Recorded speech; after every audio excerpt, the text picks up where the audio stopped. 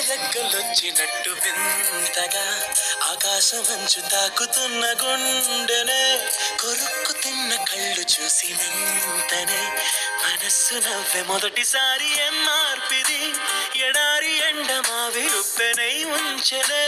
కలే కాదుగా నీ వల్లనే భరించలేని తీపి బాధలే